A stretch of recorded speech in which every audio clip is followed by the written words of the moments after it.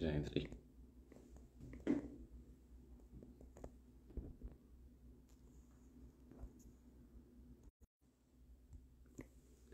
Acabei de mandar o link ali, tá? Fala pessoal, boa noite.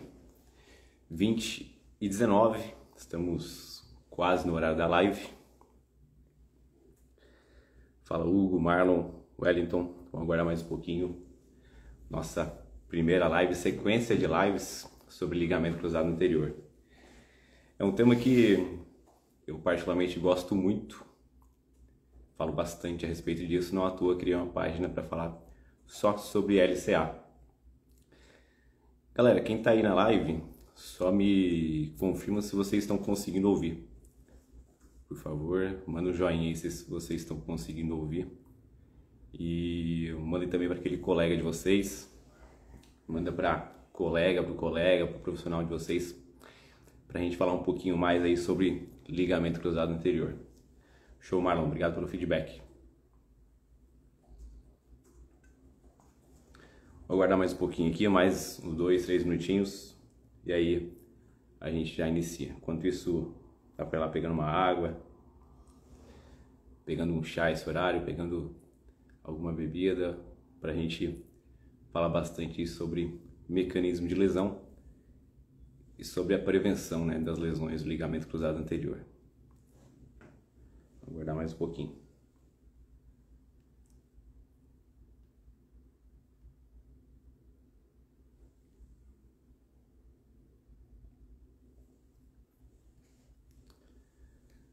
Valeu, Davi. Valeu o feedback. Daqui a pouco a gente inicia mais uns 2, 3 minutinhos. Horário programado às 20h20, mas Brasil, né? A gente não é tão britânico assim. A gente acaba relevando um pouco e às vezes trazendo alguns minutinhos. Mas sem problemas, aos poucos a galera vai chegando e a gente já inicia.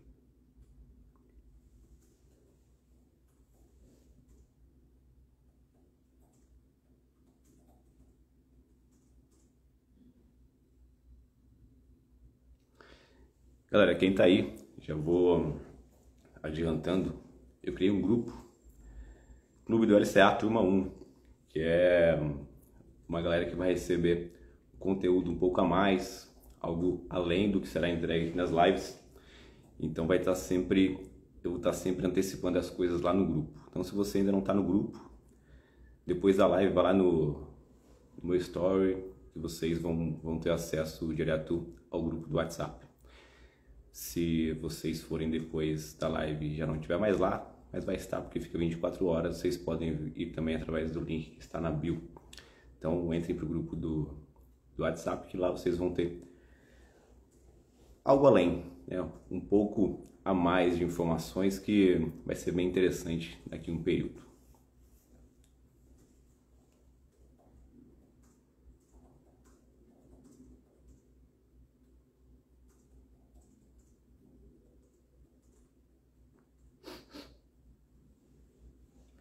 Bom, vamos lá.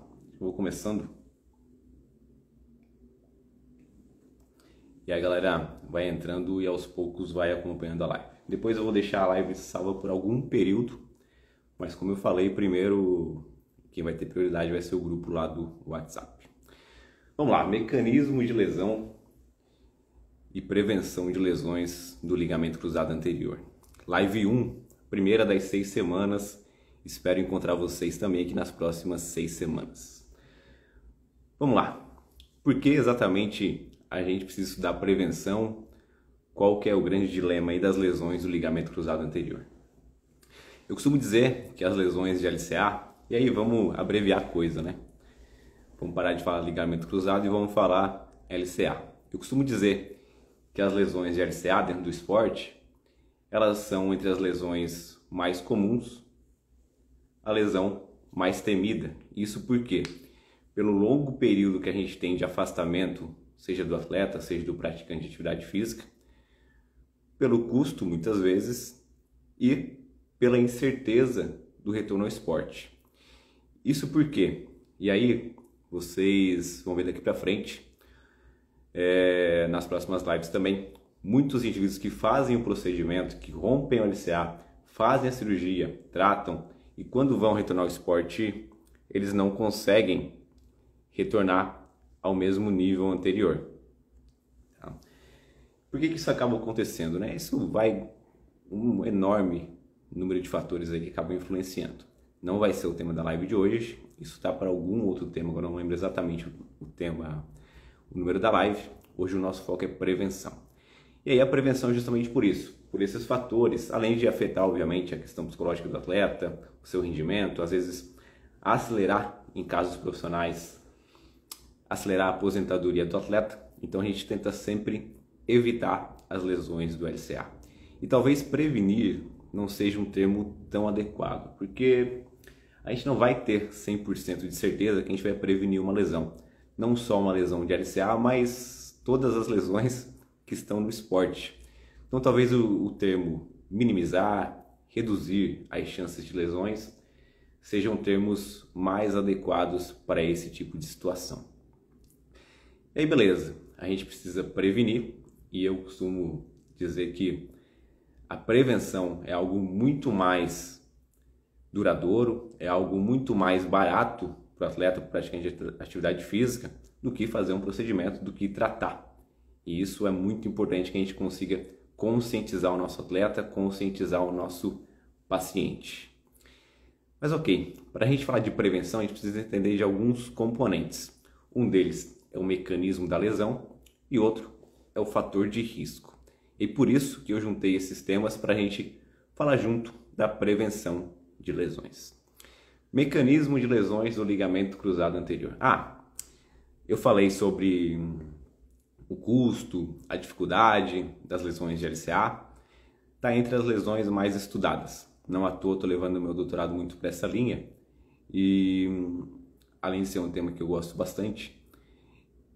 E o fato de ser muito custoso, a gente começa a pensar em alguns casos, né? Quanto custa uma lesão de LCA dentro de um clube de futebol?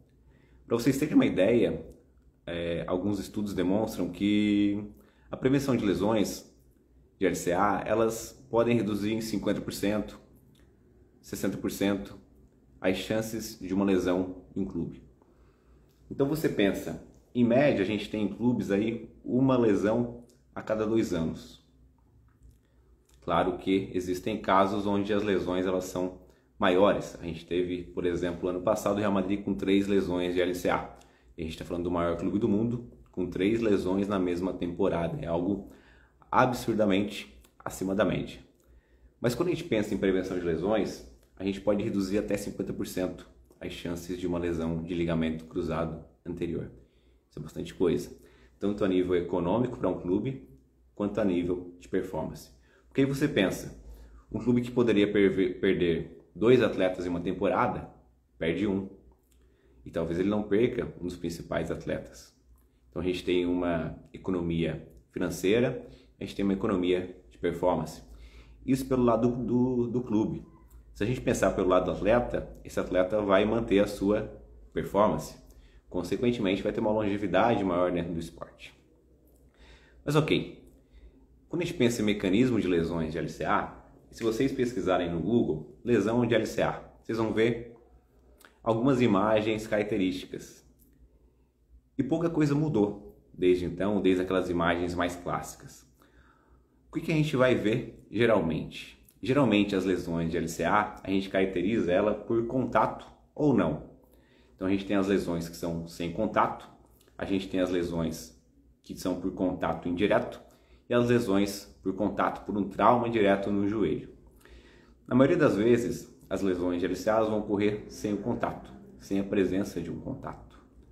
Isso é, de certa forma, cômico para os pacientes quando chegam a consultório ou quando vão relatar como foi a lesão. Nossa, Thiago, foi um lance bobo, sozinho.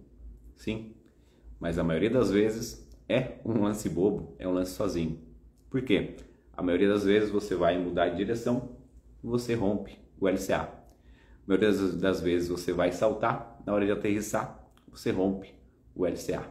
E é claro que, a depender do esporte, do tipo de atividade, a gente vai ter mecanismos diferentes Por exemplo, dentro do vôlei a gente tem muitos saltos.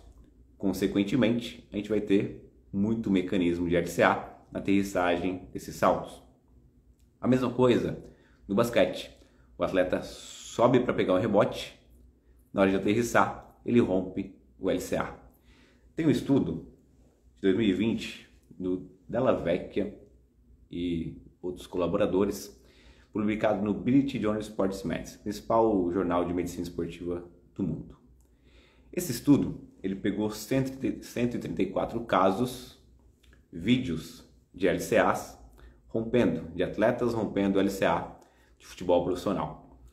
Que eles chegaram em um denominador comum. Qual o denominador? O mecanismo dessa lesão. O que eles perceberam? A maioria das lesões, elas eram sem contato, isso falando de futebol profissional. A maioria das lesões sem contato, a maioria das lesões ocorrendo com atletas de defesa, a maioria das lesões ocorrendo quando o atleta vai tentar roubar uma bola, vai tentar fazer a pressão e naquele momento de fazer a pressão ele rompe o LCA. Se a gente pensar em um caso mais recente, esse estudo é de 2020. Se a gente pensar em um caso mais recente, a gente tem casos semelhantes.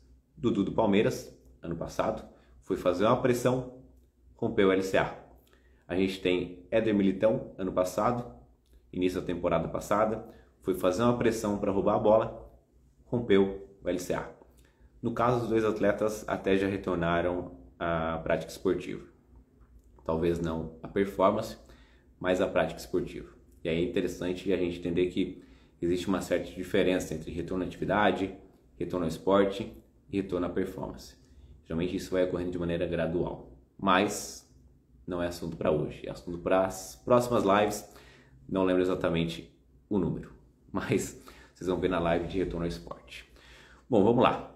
A maioria das lesões ocorrendo em fase de frenagem, onde o indivíduo vai tentar fazer uma pressão, vai tentar mudar a direção depois de frear, e ele rompe o LCA. Então aí a gente já tem um mecanismo em comum, que é o gesto-alvo esportivo. E geralmente esse atleta, ele está com o joelho entrando em valgo, ou seja, com o joelho indo para o meio, com o tronco inclinado para o lado da lesão. Ele está também, muitas vezes, com um drop pélvico, com uma queda da pelve para o lado contrário. E a gente vê também o que é uma pronação do pé.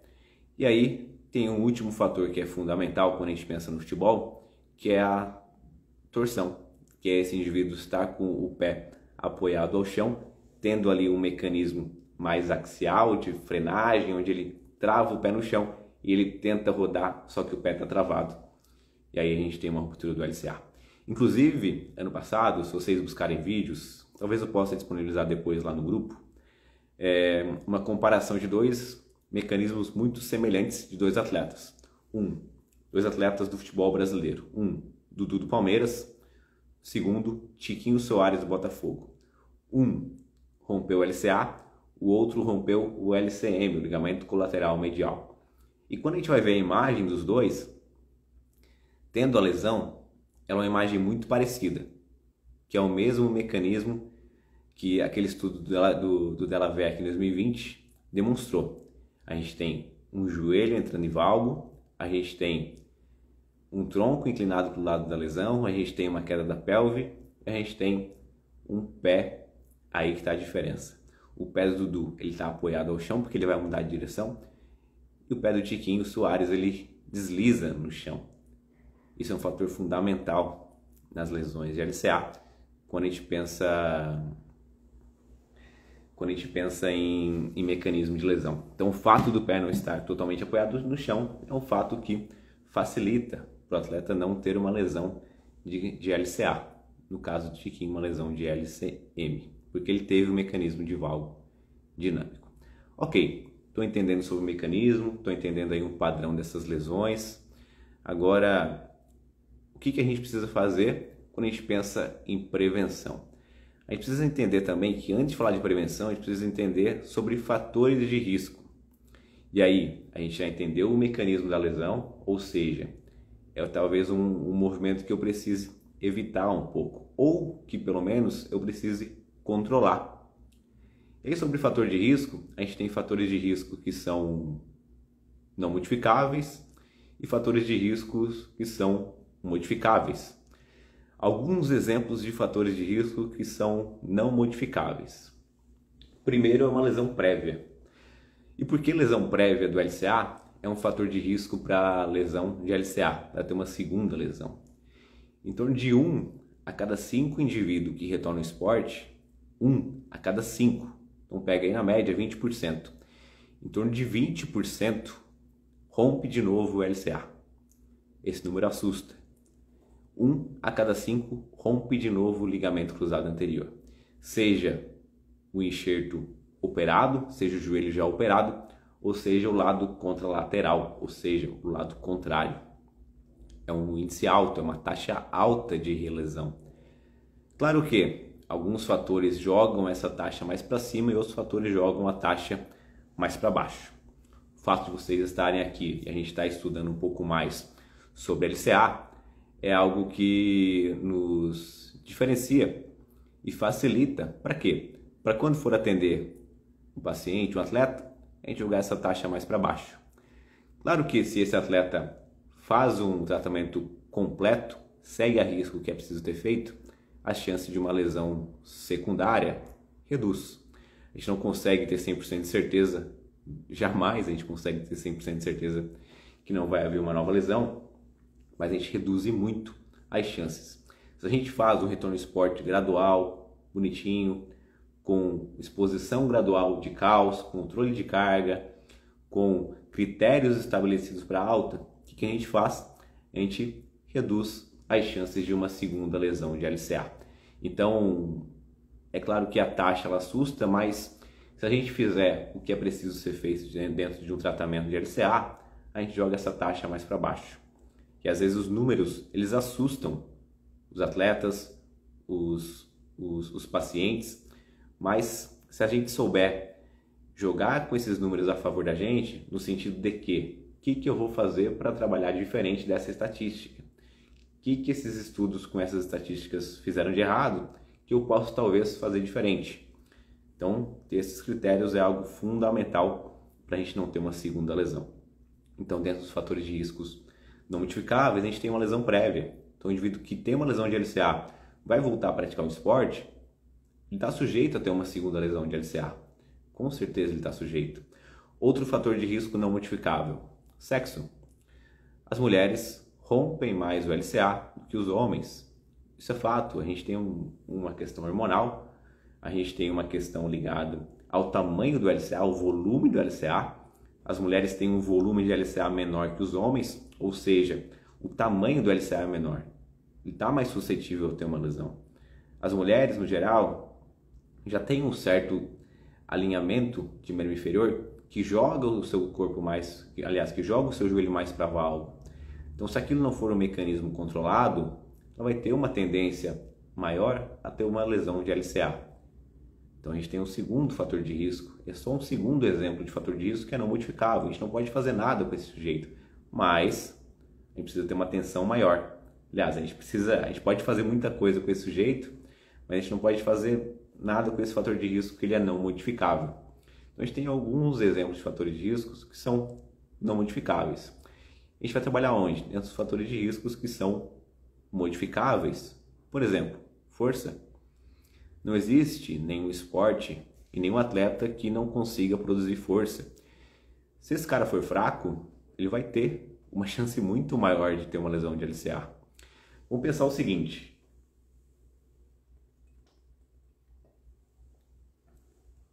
Pausa aqui para eu tomar água. Vamos pensar o seguinte. Dentro das nossas articulações, a gente pode dividir os nossos estabilizadores. A gente precisa ter articulações que são estáveis, móveis e estáveis ao mesmo tempo. Aí a gente tem os estabilizadores que são estáticos, que a gente não consegue controlar muito. Por exemplo, os ligamentos, a cápsula. Ok. E a gente tem os estabilizadores dinâmicos, que são quem? São os músculos que passam por aquela articulação. Então, se eu deixo só os meus estabilizadores estáticos agindo e tenho pouco controle muscular, a minha chance de ter uma lesão de LCA aumenta. Principalmente se eu tenho um desequilíbrio muscular. Então, geralmente, pré-temporada, o que é feito, o que eu já fiz bastante relacionado a testes de pré-temporada dentro de clube de futebol, equipe de vôlei também. Teste de força, teste de salto para a gente ver simetria de uma perna com a outra, de um membro com o outro.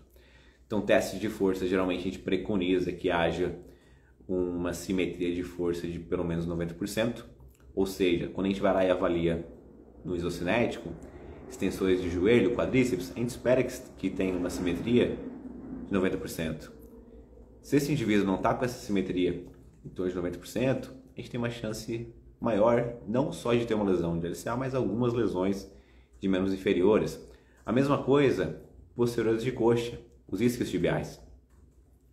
Se a gente não encontra esse valor de simetria, a gente tem uma chance maior de ter uma lesão de LCA.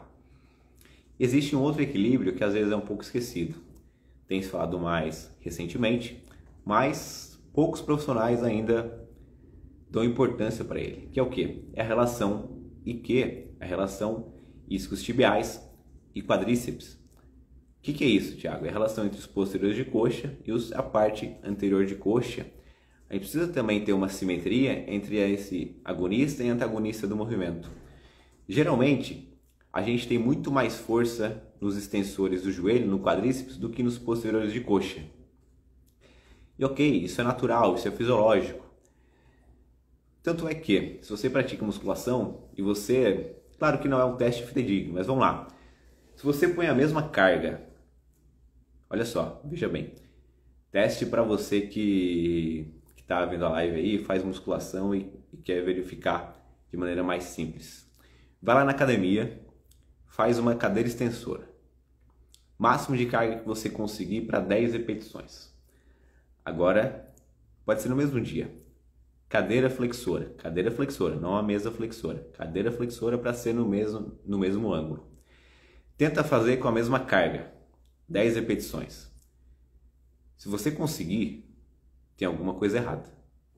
Teu quadríceps está muito fraco. Por quê? O que se espera é que quadríceps tenha muito mais força do que posteriores de coxa. E que essa força seja em torno de 60%. Como assim? Quando o indivíduo vai lá e faz um teste isocinético, e a gente percebe ali o valor de força dele, a gente espera que aquele pico esteja a 60% da força do quadríceps. Ou seja, meus posteriores de coxa têm pelo menos 60% da força dos isquios tibiais. Porém, essa força não vai passar de 80%. Se passar de 80%, tem alguma coisa errada com o quadríceps.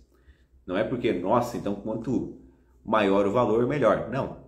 Teu quadríceps precisa estar forte também. Pedro, vou deixar a live salva. Estou vendo algumas perguntas aqui. Vou deixar a live salva por algum período. Ainda não determinei.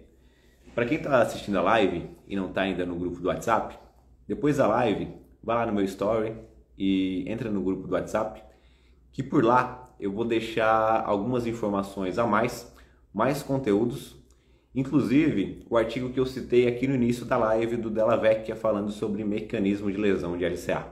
Tá? Um artigo bem bacana que avaliou 134 casos por vídeo e chegou em um avatar em comum. Vocês vão ver lá no artigo que tem uma fotinho de um esqueleto rompendo o LCA. Além disso, eu vou deixar também, vou falar mais pra frente sobre prevenção, vou deixar um exemplo de programa preventivo por lá. Então, se você ainda não está lá no grupo do WhatsApp, corre depois lá no meu story ou no link que está na bio, para vocês entrarem no grupo e ficarem por dentro de tudo que está rolando. Beleza, Pedro? Até me perdi aqui sobre o que eu estava falando. Estava falando sobre força. Aí é importante a gente ter essa força, essa simetria de força, não só de uma perna com a outra, mas da própria perna. É importante a gente ter também o que dentro dos fatores de riscos que são modificáveis? Uma boa qualidade de movimento. E aí, quando a gente pensa no atleta profissional, a gente tem um atleta geralmente com uma boa qualidade. Principalmente o atleta de futebol. Esse cara, ele está desde a base treinando. Esse cara está desde os 9, 10, 11, 12 anos numa base de clube de futebol ou numa escolinha, trabalhando fundamento, trabalhando algum gesto ali que envolve agachamento. Hoje em dia, ainda bem, cada vez mais fazendo treino de força mais cedo. Claro que, desde que com uma qualidade de movimento adequada. Então, esse cara ele chega no profissional com uma boa qualidade de movimento. Só que isso não é a realidade da maioria. Inclusive no futebol feminino, se a gente transferir para a mesma modalidade, porém com sexo diferente, a gente vê que as mulheres, elas têm o quê? As mulheres, elas já têm um fator do sexo, que é um fator não modificável para lesão, como um fator de risco. E a gente tem o quê? A mulher, ela não tem lá uma qualidade de movimento tão adequada, um gestual técnico tão refinado, quanto o sujeito do sexo masculino. Isso ocorre por quê? Isso ocorre por inúmeros fatores. Primeiro, do ponto de vista de tempo de treinamento, de lastro de treinamento e até muitas vezes de recurso. Geralmente o futebol feminino tem um pouco menos de recurso para trabalhar. Então a gente tem aí outro componente que é a qualidade do movimento. E aí quando a gente vai para o meio amador, aí é o mais difícil, né? Estou falando aqui de profissionais, pessoas que vivem do esporte, mas quando a gente vai para o ambiente do amador, não só do futebol, o que a gente vê? Uma péssima qualidade de movimento, mas péssima mesmo. O indivíduo às vezes não sabe nem correr. E aí ele chega para tratar, começamos a fazer depois do pós-operatório alguns movimentos de controle neuromuscular. O básico para ele é aprender o movimento contralateral quando ele vai levantar, subir o joelho contrário, a mão. Para quê? Para ele entender o básico de dissociação, o básico de alguns controles de movimento, e depois a gente, aos poucos, ir evoluindo em complexidade de movimento. Eu lembro quando eu estava na graduação, eu fazia parte de uma liga de fisioterapia esportiva. Era um projeto de extensão, onde a gente atendia atletas profissionais muito pouco, a maioria amadores aqui da região de Florianópolis. E aí eu queria ir lá trabalhar um pouco de coordenação com alguns dos indivíduos, porque o movimento ele era ruim, não eram pessoas que vinham, atletas que vinham desde a base trabalhando com uma qualidade de movimento adequada e refinada, não.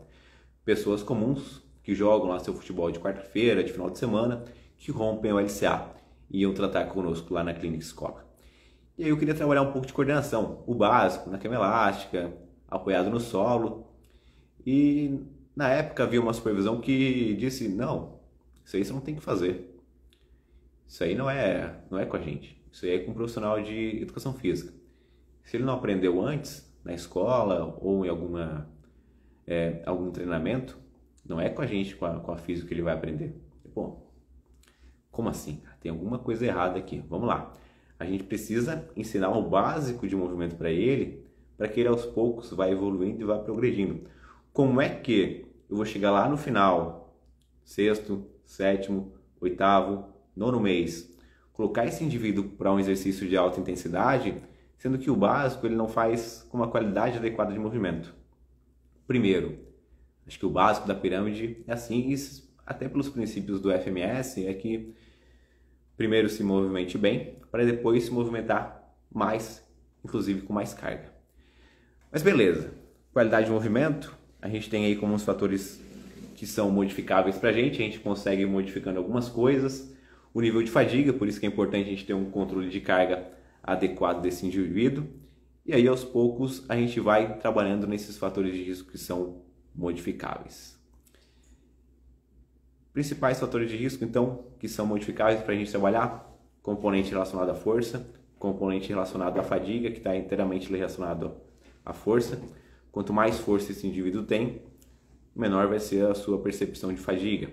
É claro que isso depende também de como que esse indivíduo está em relação a competições de treinamento. E a gente tem ali componentes de controle neuromuscular.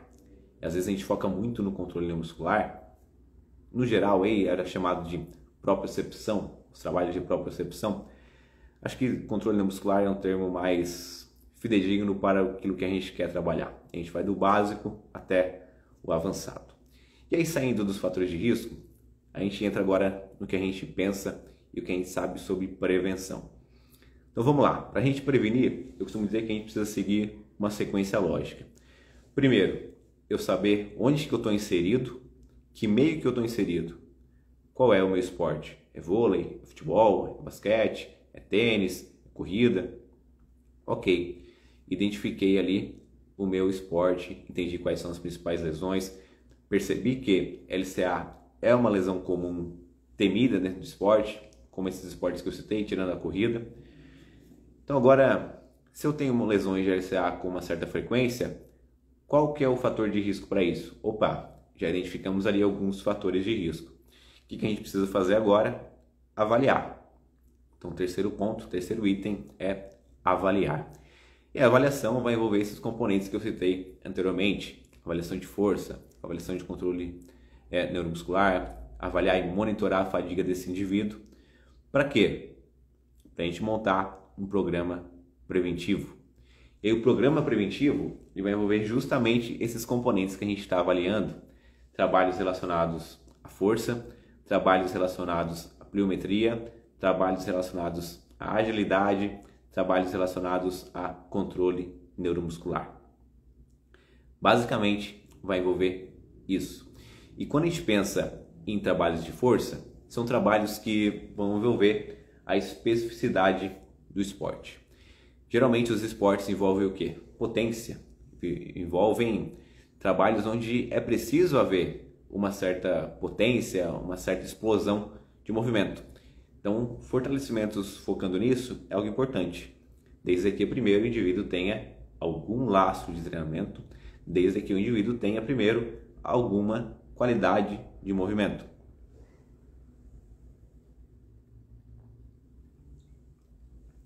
E aí, esse trabalho de força ele pode ser periodizado de acordo com a semana de treino, de acordo com os objetivos, de acordo com o macro, meso e de acordo com o microciclo objetivados. Os trabalhos de força vão envolver muito aquilo que talvez estivesse alterado nas avaliações, como trabalhos de uma perna com a outra, trabalhos da parte anterior com a parte posterior de coxa. Importante, algo que eu gosto bastante dentro dos trabalhos primitivos são os exercícios com foco na fase excêntrica. O que é isso, Thiago? Vamos lá. Quando a gente faz uma contração muscular, a gente tem a contração concêntrica e contração excêntrica. A contração excêntrica é aquela contração que a gente faz freando o movimento, desacelerando. Então vamos pensar no agachamento aqui. O agachamento a gente começa a fazer, a gente tira a barra lá do rack, a barra do apoio da barra. Aliás, tira a barra do seu apoio e coloca nas costas. E o que a gente faz? Primeiro a gente desce, ou seja, a gente vai freando o movimento. A gente vai descendo. Isso é a fase excêntrica do movimento. Depois a gente volta. A gente faz a fase concêntrica. Por que eu gosto de exercícios que trabalham a fase excêntrica do movimento? Vamos lembrar como ocorre, e aí é importante a gente entender de mecanismo de lesão. Vamos lembrar como que ocorrem as lesões de LCA. O indivíduo vai frear o movimento, vai desacelerar, ele rompe o LCA. Na maioria das vezes é assim. Então, se eu desenvolver força excêntrica, faz sentido para que eu consiga ter uma maior capacidade de frear, sem jogar tanta sobrecarga nas minhas articulações, tanta sobrecarga nos meus estabilizadores estáticos, como o ligamento. Opa, então eu tenho um componente do trabalho de força que é importante de ser trabalhado.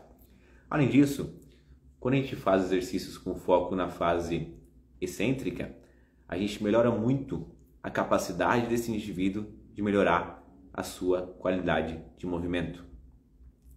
Façam vocês depois aí em casa, fiquem de pé na frente do sofá, tirem uma perna de apoio, ou seja, fiquem com uma só perna apoiada no chão e desçam o mais devagar possível.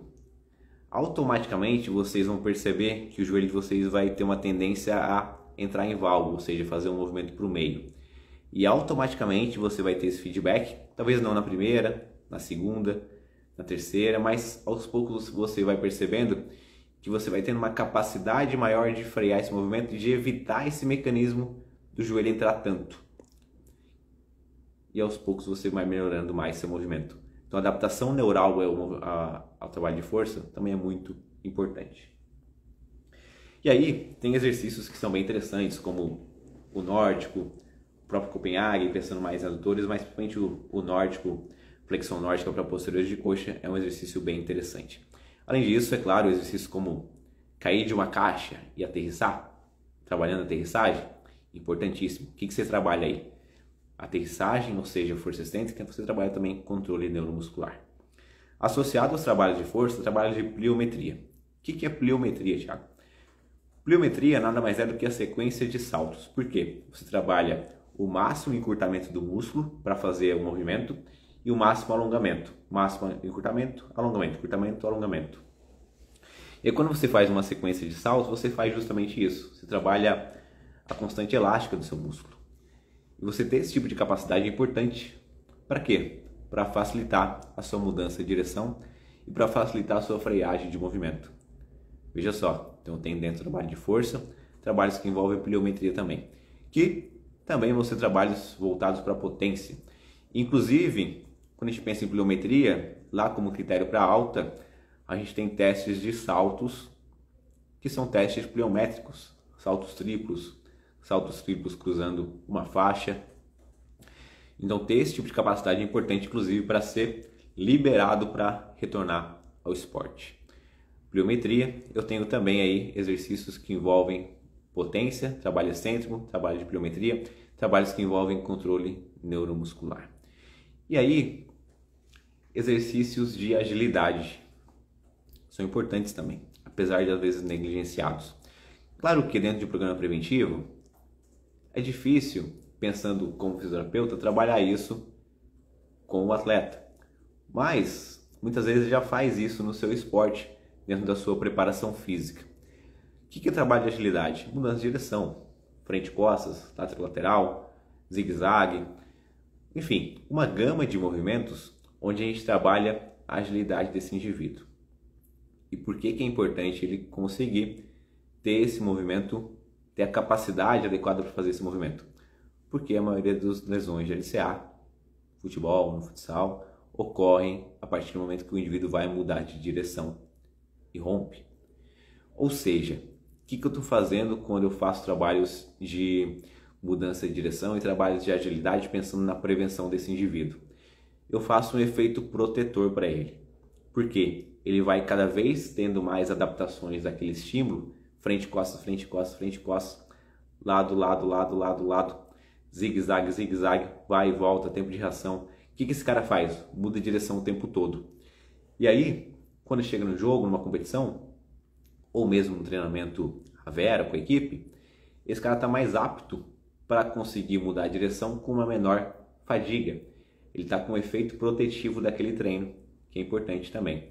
E aí tem outro componente que é interessante, a gente pode colocar aqui dentro dos trabalhos que envolvem a agilidade, que é o tempo de reação. O que é o tempo de reação? O tempo de reação, ele às vezes é confundido com um reflexo. O tempo de reação tem a ver com a minha capacidade, o tempo que eu demoro para reagir a algum movimento. Então, naquele estudo que eu citei do Della Vecchia, a gente percebeu que a maioria das lesões ocorrem no futebol profissional em atletas de defesa. O que o atleta de defesa tenta muitas vezes fazer? Ele tenta reagir a algum movimento. O atacante, o meia tenta driblar, tenta fazer o passe, ele tenta interceptar, ele tenta roubar a bola. Ou seja, ele reage a muitos movimentos.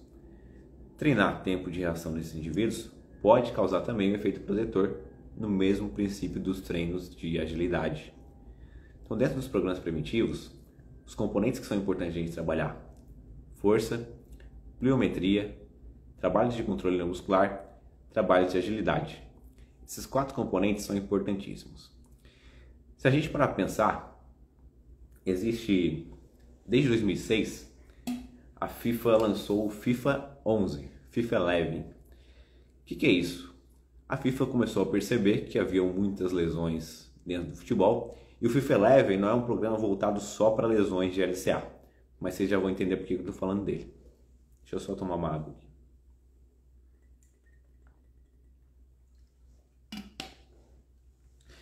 Em 2006, depois da Copa da Alemanha, ou um pouco antes da Copa da Alemanha, não me recordo agora muito bem, a FIFA lançou o FIFA 11, que é um programa de aquecimento, é uma espécie de protocolo de aquecimento para as equipes de futebol. Só que o negócio ficou tão bom que ele não ficou só como um programa de aquecimento e não ficou só focado em equipes de futebol. E o que consiste o FIFA 11? Ele tem exercícios de controle neuromuscular, ele tem exercícios de ativação, de fortalecimento, ele tem exercícios de agilidade, ou seja, ele tem o combo completo dentro desse programa. Sobre o FIFA Eleven, eu vou deixar um PDF depois lá no grupo do WhatsApp com o programa do FIFA Eleven, tá? O PDF falando um pouquinho sobre a história do FIFA Eleven e demonstrando todos os exercícios utilizados no FIFA Eleven. Então, se você não está no grupo, depois da live, vai lá no Story, clica no link que está lá do WhatsApp, você vai direto para o nosso grupo do WhatsApp. Tem informações que eu não vou colocar aqui no Instagram, vai ficar exclusiva para o grupo do WhatsApp. Então, se você ainda não está lá, corre depois da live e entra para o grupo. Ou seja, o FIFA Eleven foi formado lá em 2006, começou a ser desenvolvido ali como um piloto, ele foi disseminado principalmente depois de 2010. Ele é um programa extremamente eficaz.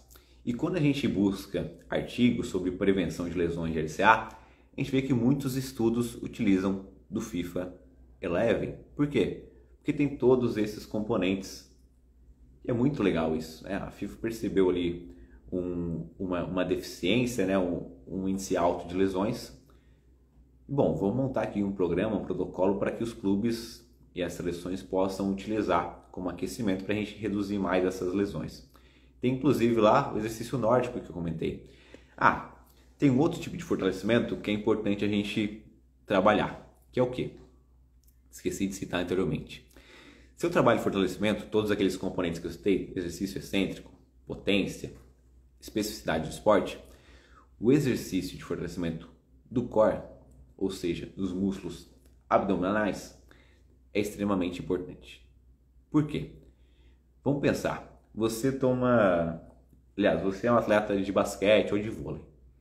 E você sobe, no caso do atleta de vôlei para bloquear, ou do atleta de basquete para pegar um rebote.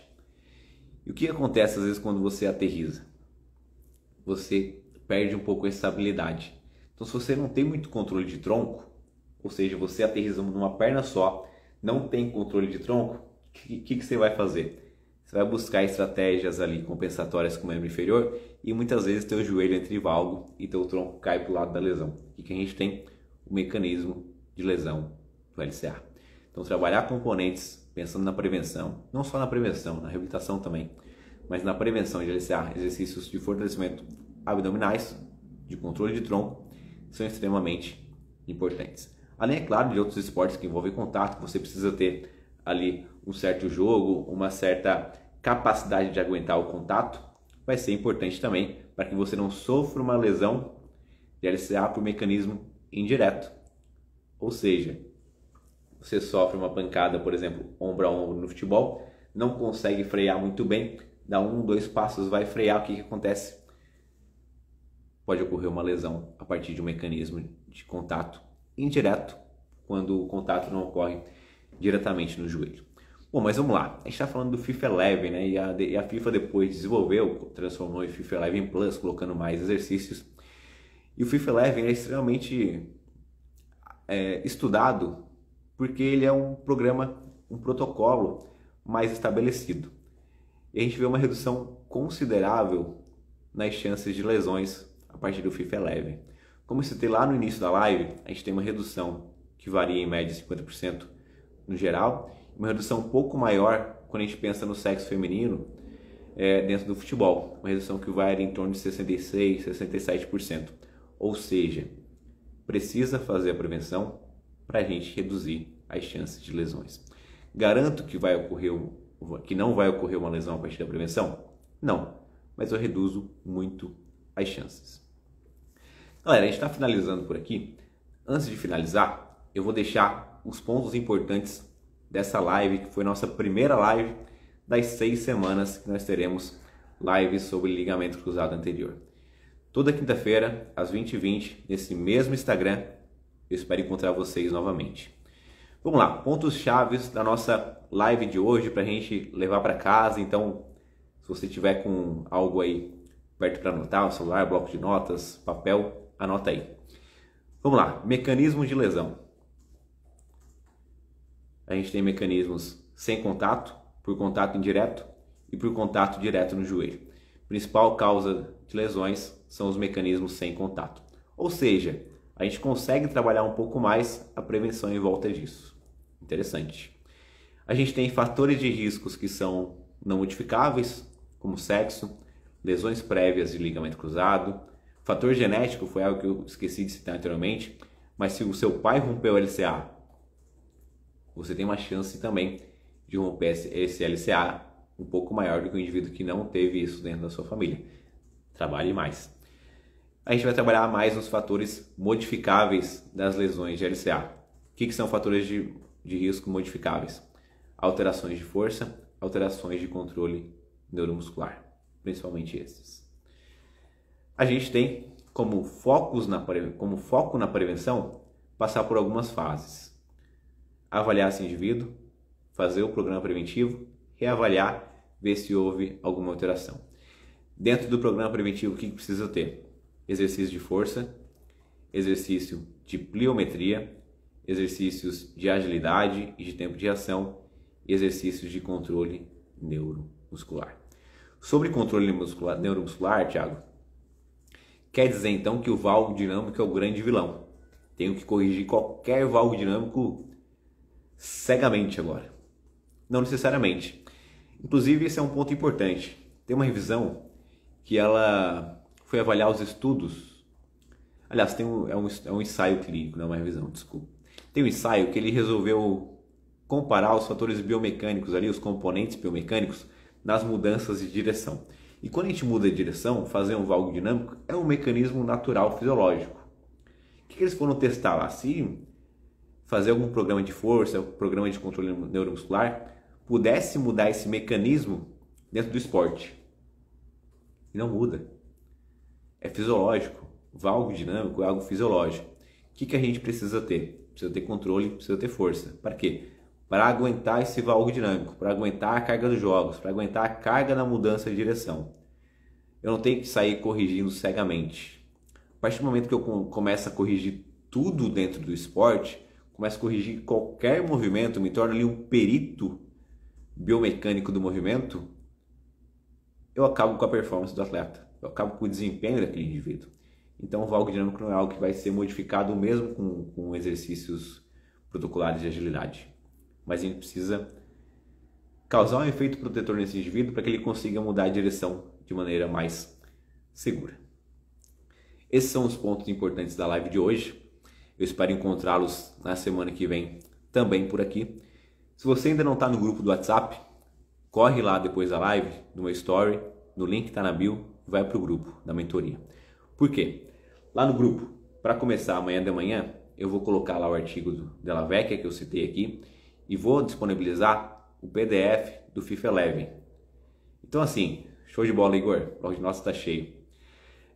Espero encontrar vocês também lá no grupo do WhatsApp. Lá a gente abre depois para algumas discussões também. Então, amanhã de manhã eu deixo lá algumas outras informações. E a partir da semana que vem, estamos aqui de novo falando sobre LCA. O assunto da semana que vem já está também lá no Instagram. Está com uma publicação fixada. Vai ser sobre o quê? Vai ser sobre a comparação do tratamento cirúrgico com o tratamento não cirúrgico, ou seja, com a fisioterapia. Será que é possível tratar uma lesão de LCA sem tratamento cirúrgico? A gente vai conversar um pouquinho na semana que vem. Então, galera, boa noite para vocês. Bom restante de semana, bom final de semana. Nos vemos no grupo do WhatsApp. Nos vemos na semana que vem também. Tchau, tchau.